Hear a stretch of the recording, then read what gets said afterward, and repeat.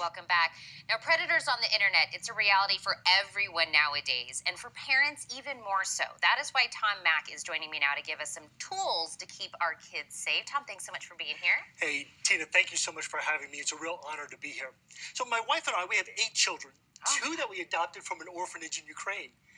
And we really empathize with Prince William and Princess Kate's struggle to limit Prince George's screen time because that's a real struggle today.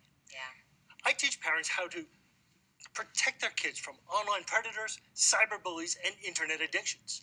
And the first most important tip is don't let your kids take their cell phones, laptops, and tablets into the bedroom. I mean, that's tip number 1. Anything that has internet capabilities doesn't go in the bedroom. No, not in my house. Yeah. It's way too easy for kids to hide who they're talking to and what they're looking at. Plus, those devices, they bing, ding, and buzz all night long, keeping your kids awake. And then our second tip is those devices, they sleep in the kitchen. The kids, they don't have chargers in their bedrooms. Not in my house. Those chargers are in the kitchen, and kids need to plug in their devices and put them to sleep by 10 o'clock on school nights and 11 o'clock on non-school nights. Earlier for younger kids. Third tip, parents need to teach their kids that everything that they post and publish, that's public, that's permanent. Look, you wouldn't give your kid a gun, but that's really what you're doing when you give them a HD camera and unlimited internet access.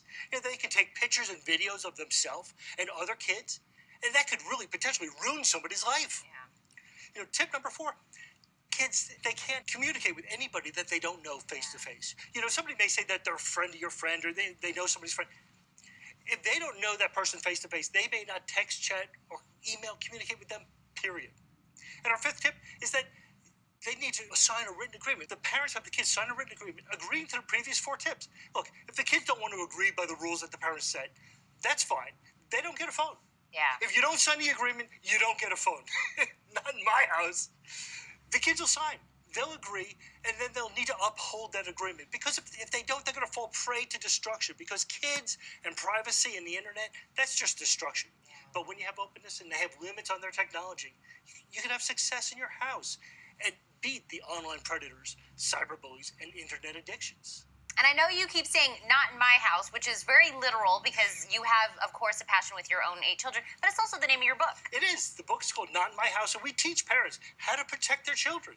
And so this book kind of goes through the 5 tips we were talking about, but more in depth. More in depth. And, it's a parent's responsibility to protect their kids. And I know nowadays I think parents think all the kids are doing it, but in your house you have to set limits. You have to set things that are going to be in the long run good for them. Absolutely. It's your responsibility to keep your kids safe. Absolutely. Well, this is another reason why we should get the book, Tom, and I'm going to remind them how to get the book. But thank you so much for all these great reminders. Thank you.